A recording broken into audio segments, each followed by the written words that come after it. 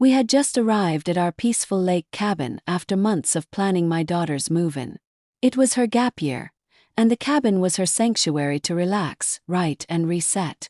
But before we even unlocked the front door, a sharp voice cut through the trees. "You can't move in here. This is private HOA property." There she was, Karen, in her classic pastel sweater and clipboard in hand, storming down the path like she ran the entire lake. I calmly replied, "This is our cabin. We've owned it for 14 years. Karen narrowed her eyes at my daughter, who was holding nothing more than a box of books and some bedsheets. "Then show me proof," she snapped. "People try squatting in these cabins all the time." I laughed, thinking she must be joking. She wasn't. Then she pulled out her phone and called the police.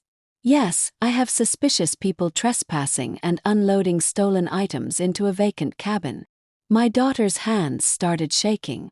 She wasn't used to confrontation, let alone being accused of theft.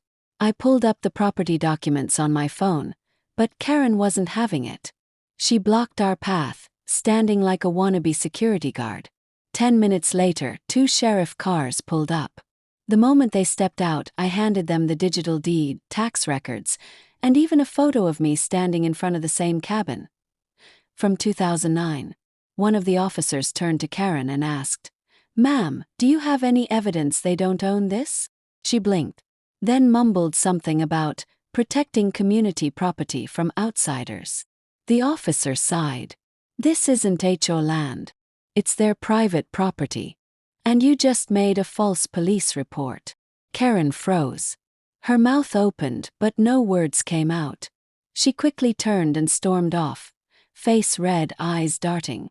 That night I reviewed our property line and found something interesting. Our cabin technically had independent lake access, completely bypassing the HOA's shoreline path. So I did the unthinkable. I fenced off our portion and posted a sign. "Private access. No HOUs allowed." Karen lost her mind. But this time she couldn't call the cops. The law was on my side. And since then, every HOA member now walks 2 miles around the lake, just to get to the shore. If this story shook you, here's something personal. Our 45,000 subscriber channel was deleted without warning. Now we're rebuilding from scratch. Your one subscribe means the world to us. Help us bring these stories back to life.